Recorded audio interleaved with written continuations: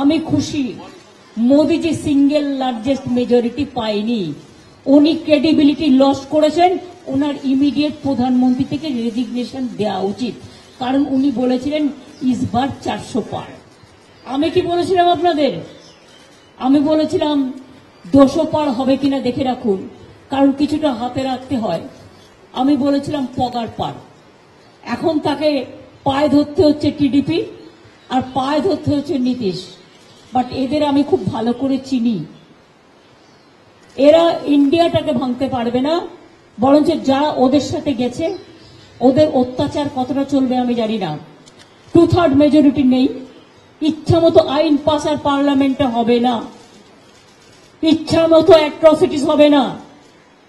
ED CBI atrocities করলে আমরা India team পুরোপুরি চেপে ধরব।